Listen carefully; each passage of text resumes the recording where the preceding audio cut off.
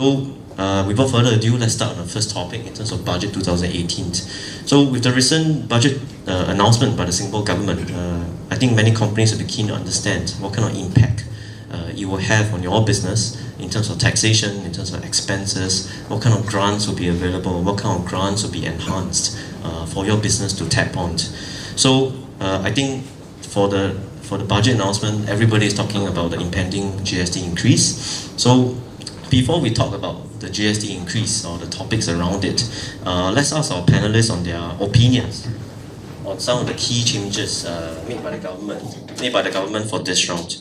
So maybe let's start with the positives in this case. So Kenny, since you head our taxation advisory team, maybe you can start off with a little bit of talk about corporate income tax rebate enhancement, as well as some of the increase in tax deductions from R&D and IP expenses. Thanks, Eric. Evening, everybody. If you look at the theme for this year's budget, we are looking at positioning Singapore for our future. I think that is the key theme. And looking at the positive sides of the budget that has been announced recently, one of them is the corporate income tax rebate. The government has announced that it's been increased from 20% to 40%. The rebate cap has been increased from $10,000 to $15,000. So this is one of the enhancements that the government has announced on this corporate tax rebate. And for YA 2019, that is next year, the government has decided to retain the corporate tax rebate at 20%, but the cap is 10,000. Okay, so this is the good news for corporates, and you can enjoy the tax rebates for another 2 years. Next comes to the tax deductions. I think there are a couple of enhanced tax deductions that the government has announced. You have to realize that why these enhanced tax deductions are given.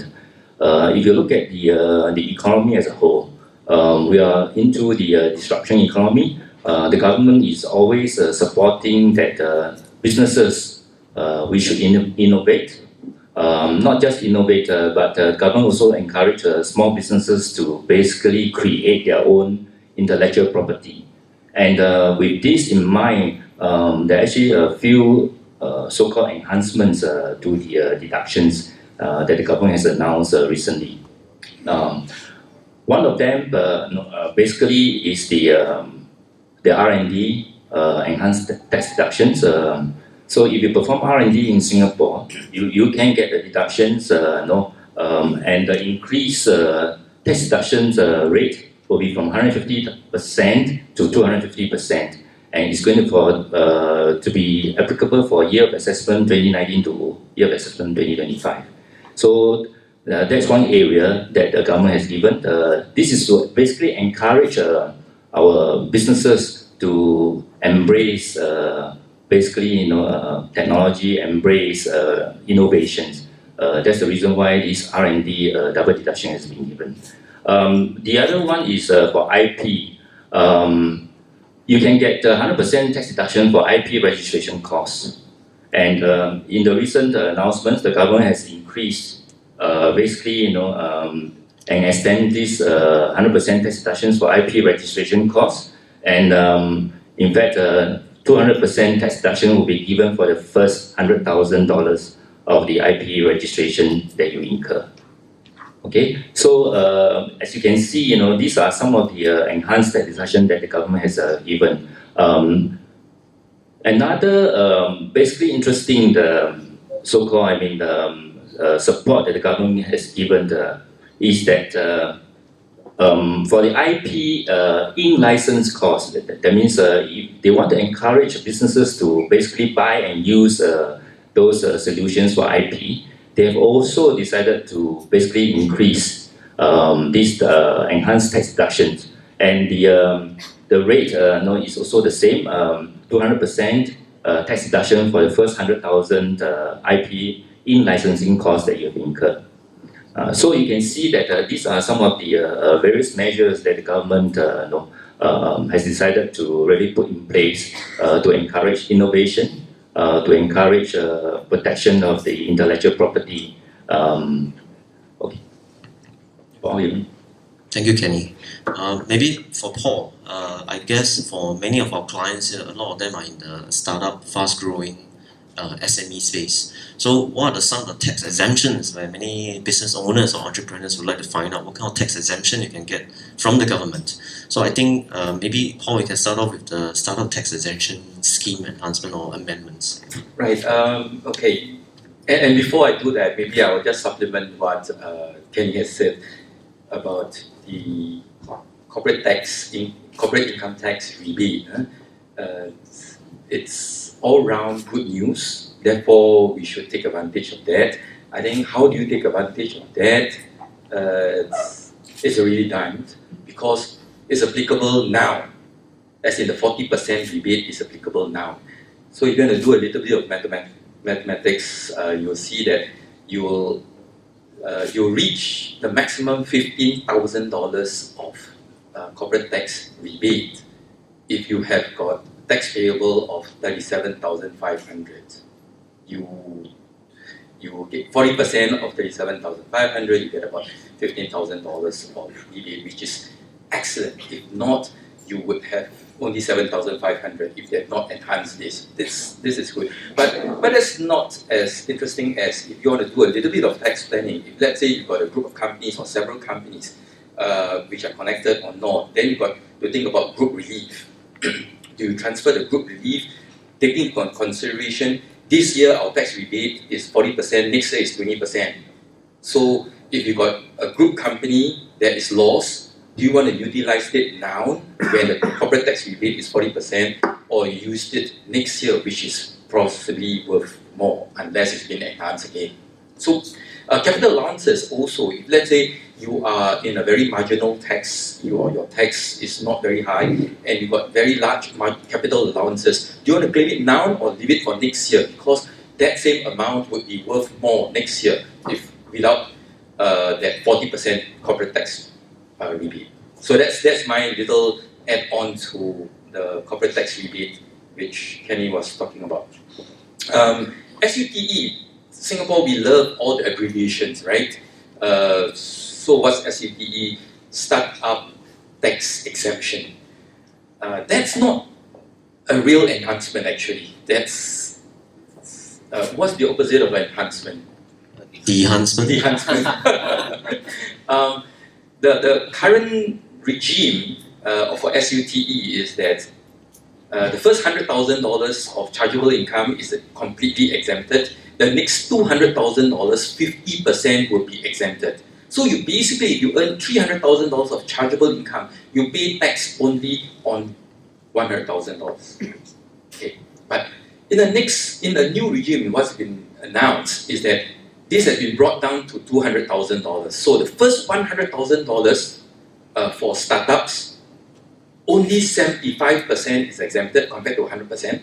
So only 75% will be exempted. You'll be taxed at 25%. 25,000 remains taxable.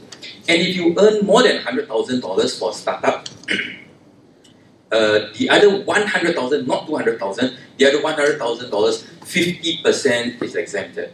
So it's a big difference. The good news, there's no good news, but the small good news is that this new regime starts only in YA 2020. So the income you earn next year will be subject to that new regime. This year, it's still under the old regime. So I think So if you want to form new entities, yes, do it now. You want to form a new entity, you've got new business ideas, start now. Don't wait till next year. Seriously, okay, I'm really okay. Thank you, Paul. So for the enhancement of the SUTE, I think for the PTE or partial tax exemption, I think it's somewhat an enhancement per se. No. Maybe you can share or explain. Okay, under the once you're not a startup, again, for those who are not that familiar, okay, in Singapore, what's considered a startup? If that company that you have, that entity that you have, is the first 3 years. You have just started a new company, and it's the first year, second year, and third year. These are startups. It need not necessarily be a new business. It's a new entity. But you don't do anything like that, please come and see Kenny, okay? Okay, but seriously, that's the truth. I think I need to also say, if compared to Hong Kong has similar exemptions also for the first, I think, $2 million or so. Okay, $2 million, yeah, but that's, if you take into account exchange rate, etc., it's about there. But that one is not as liberal as in Singapore. So Singapore, we look at the startups as entity. When in Hong Kong, you want to avail yourself of this exemption, it must be not connected to any other entity. So not a connected entity. In Singapore, even if you're a group company, you are entitled to it. You're part of a group. You're connected to another company. So it's very liberal here. Now, just to answer Eric's point on what we call partial tax exemption. Once you get out of that 3 years, when you're the 4th year onwards, then you go into the partial tax exemption scheme. The partial tax exemption scheme, very simply, the current one, the first 10,000, 75%, 7,500, 75% is exempted. The next 290,000, 50% is exempted. In the new regime, which is YA 2020, from next year's income onwards, it's down to only $200,000. So the first 10,000, still 75% will be exempted. The next 190,000, 50% will be exempted. Not 290,000 will be exempted. So take note of this. So earn as much as you can this year. Just to add on what Paul has said, if you want to know the tax impact of the changes in the SUTE and the PTE, that means that this enhancement, the tax impact will be range from $8,500 per year to about $12,250 because of the change in this SUTE and the PTE exemption scheme. The other thing about Hong Kong, we've actually done an analysis, is that as what Paul has said, Hong Kong's you get a 50% tax rebate for the first 2 million Hong Kong dollars chargeable income. Comparing Singapore and Hong Kong, the break-even point for Hong Kong and Singapore to be equal in terms of the effective tax rate, the amount is actually Hong Kong dollars 800,000. Okay, so if you earn $800,000 Hong Kong dollars, that means you pay less tax in Singapore than in Hong Kong. Yeah, but bear in mind, as what Paul has also elaborated, is that you see, for Singapore, this SUTE and the PTE is applicable to each entity. So no matter how many entities is within the group, all the entities will be able to this SUTE and PTE. Whereas in Hong Kong, you have only one entity within the group that is entitled to that 50% exemption. So just bear in mind this. Thank you. So maybe we go a bit lighter on grants, which is more positive per se. So Marian, so with the impending merger of Spring and International Enterprise, or IE for short, I think there are also some changes to the key grants that's administered by both agencies currently, namely the Spring's Capability Development Grant, or CDG, or IE's Global Company Partnership Grant. So maybe you can share a little bit of what is the new grant that's going to be coming out of the merger. Yeah, so with the impending merger of both organizations, like IE and Spring Singapore, into Enterprise Singapore, so there will be some changes in terms of the schemes available. I think these are some of the schemes that will be of interest to startups as well. Yeah, so the first one is actually the Enterprise Development Grant, the EDG. Yeah, so this EDG will actually replace the existing CDG grant from Spring, as well as the GCP grant from IE Singapore. Yeah, so with this new EDG grant, right, what you do is that you actually cover up to 70% support for companies to actually build up their capabilities in the area of product development as well as internationalization. Yeah, so that's one of the schemes. The other one is actually the Productivity Solutions Grant. So this Productivity Solutions Grant, right, it also covers up to 70% support. It actually helps companies to adopt off-the-shelf solutions to actually enhance their productivity. So nowadays we talk a lot about digital transformation, how companies should actually keep up with all the changes in today's fast-moving world, and how companies should actually adopt this kind of different tech solutions. Yeah, so on ACE end, so ACE we focus on startups. So we also organize these digital transformation initiative sessions on quite a regular basis, whereby we actually bring startups as well as the different enterprises together. So what we do is that when they come together, we get the startups to actually share about their technologies to these enterprises. And then from there, we hope that this can actually create a platform whereby companies can potentially even adopt these solutions. Yeah, so we are very encouraged that there's all these schemes available for companies to potentially even increase their productivity and also scale up. Yeah.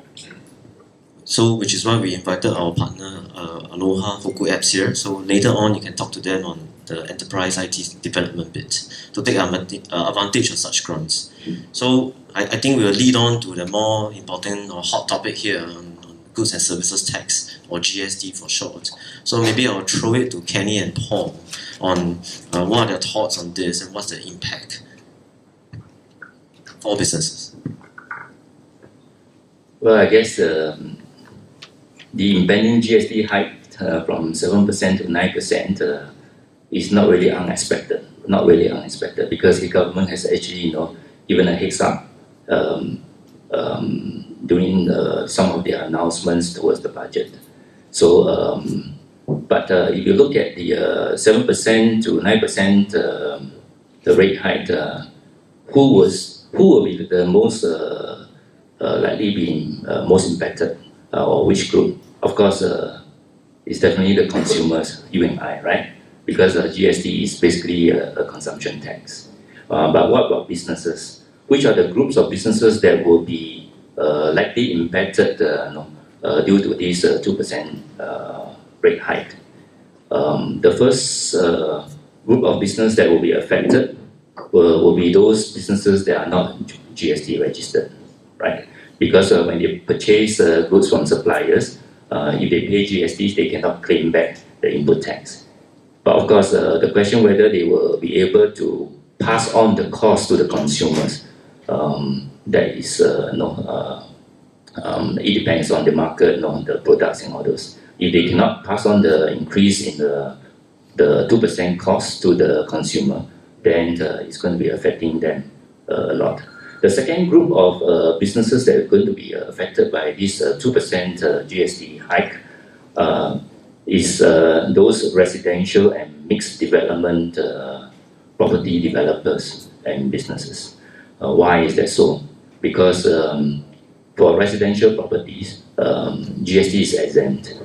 So if you have for example, if you solely sell just residential properties, okay, your supply is actually exempted from GST. You don't charge GST to the consumer, but your purchases, you pay your contractors, you pay your vendors, suppliers on the construction materials and all those, and you pay GST. Then, as a residential developers, you cannot claim back the input tax. Hence, the 2% rate hike will actually impact them.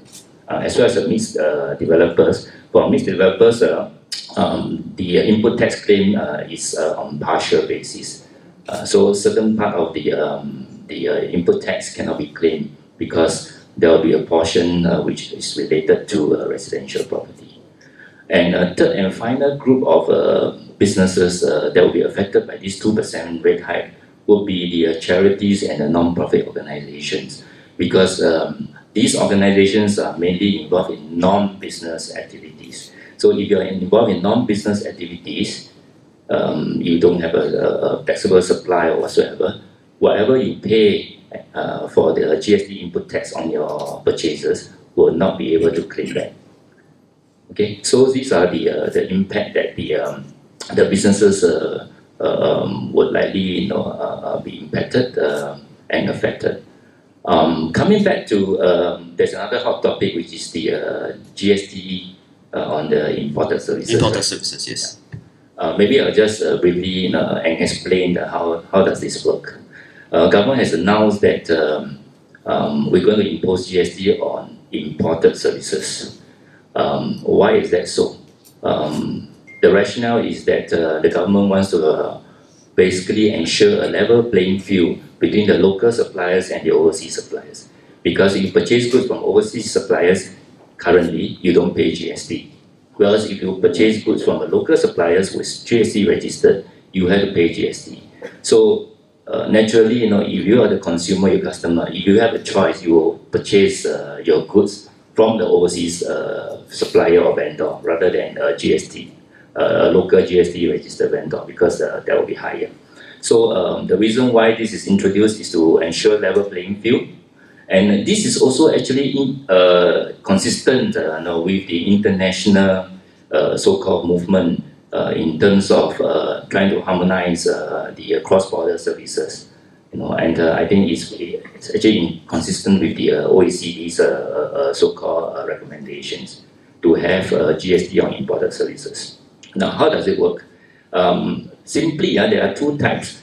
One is the B2B imported services. That means business to business. Okay, the IRS has actually came up with some guidelines which has not been finalized yet.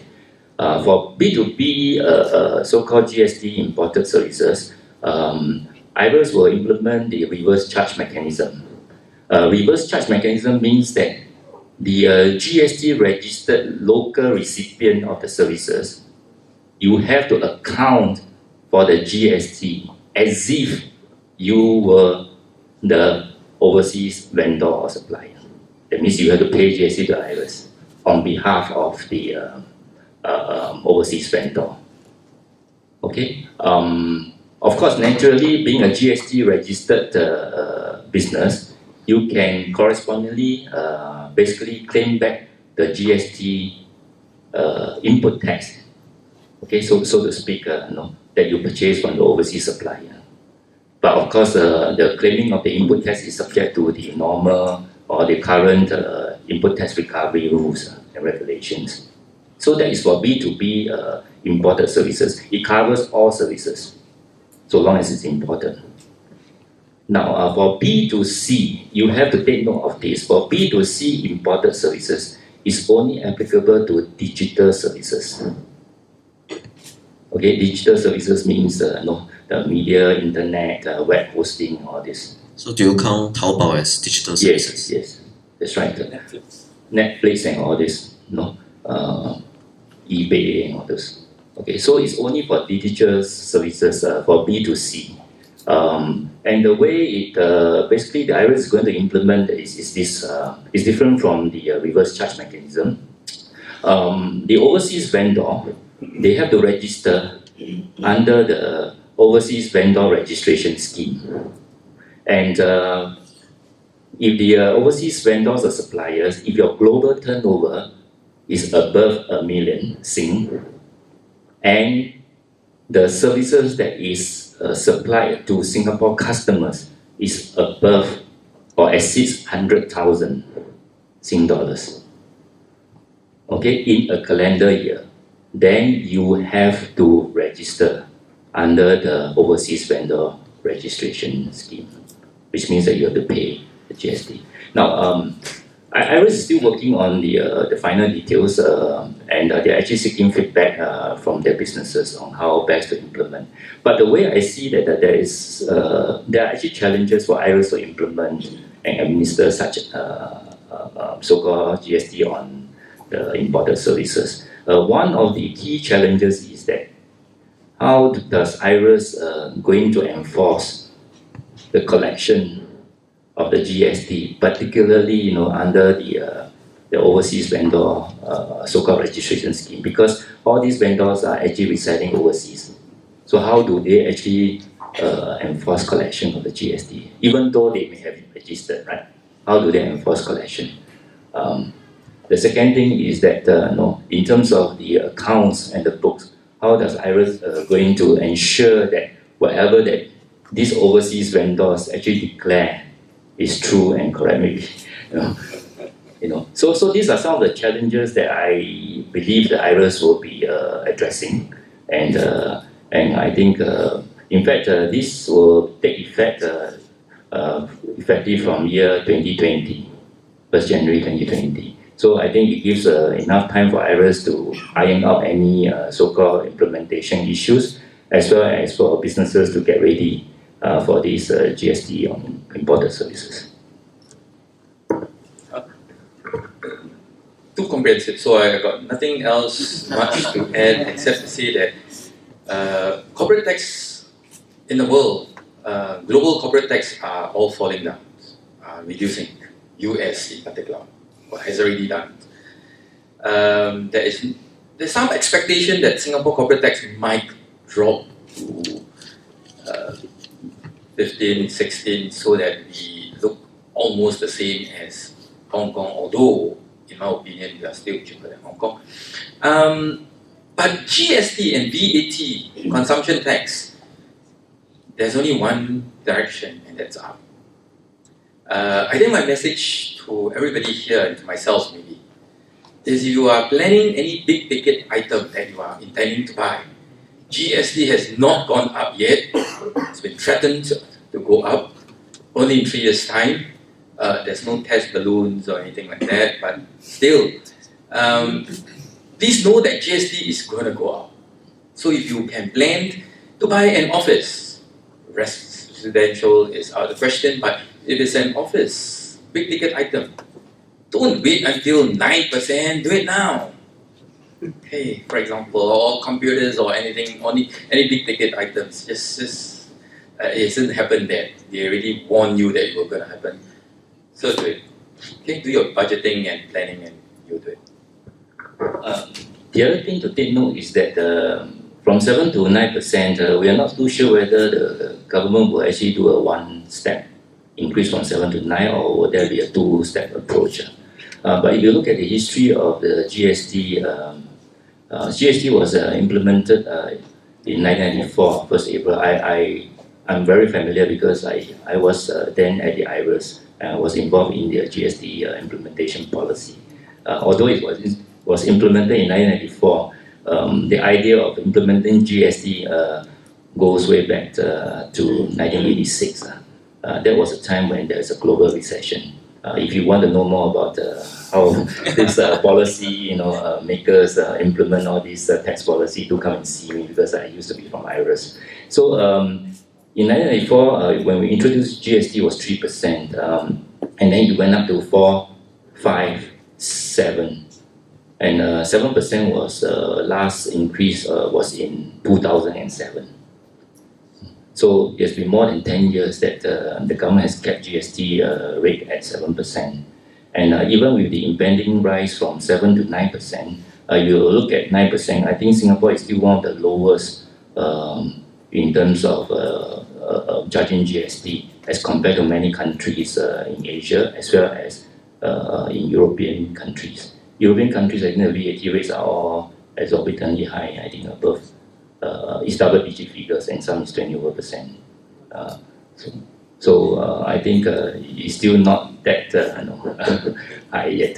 But I think the government has also explained the reason why it has to increase GST, right? Because we're expecting the healthcare, the social spending and security expenditure to increase in the coming years. Okay, so this is actually the budget for the future, not the budget for now. So I pose a tricky question to Marianne. On the perspective of A's, have many startups or SMEs come to you and say, how will this impact our business? Or do you think this would be an opportunity for Singapore to force a lot of these budding entrepreneurs or fast-growing tech companies to incorporate in Singapore and start a business here? Okay, so from A's perspective, maybe we do see a lot of foreign companies wanting to incorporate in Singapore. Maybe firstly because of our attractive tax regime that we have here. Yeah, so I think even with the increase in tax rate, I think there's still other factors that will draw international startups to Singapore. Yeah, so I think that's something that that will still keep Singapore attractive as a whole. Yeah, and then the other things, whether it's in terms of the startup tax exemption scheme, for that I mean even with the new changes right that is being implemented in the budget, for that I mean I believe that this would likely not have a lot of impact for the startups. I mean as for now because most of them are still not really in a taxable position. Yeah. So yeah, because I mean these startups are really young companies. Yeah. So I mean that's the thing for the tax exemption scheme right now. Yeah. Thank you, Marion. So the message to fast-growing companies or startups: don't be too afraid of all these tax enhancements or de-enhancements, because probably you might not be in a very taxable position, as what she kindly put. But don't be worried. Singapore still have a lot of opportunities for your company to prosper despite all these small little changes.